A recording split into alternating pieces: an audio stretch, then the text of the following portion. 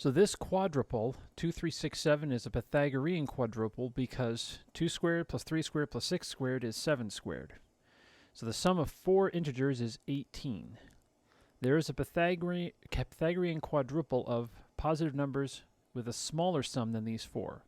So what's the largest of these 4 integers? So what we want to do is we want to figure out, okay, what's a smaller set of numbers that when squared add up to a square? Well, let's start with some square numbers. So we've got 1, 4, 9, 16, 25, 36, 47. Now, let's start with the smallest square number. Now, 1 is a square, but are there 3 smaller numbers we can add up to that? Well, not positive, so it can't be 1. Well, what about 4? 4 is 2 squared. But the only way you could do that is 1 squared plus 1 squared plus 1 squared. Well, that only gives you 3. So that doesn't work. Well, what about 9? 9 is 3 squared.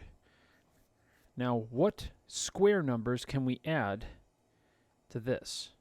So how can I add 1s and 4s to give me 9? Well, I can do 1 plus 4 plus 4.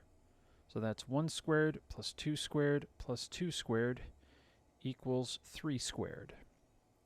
So this right here is the smaller quadruple. So we want to determine the largest of these 4 integers. So that is why the answer is 3.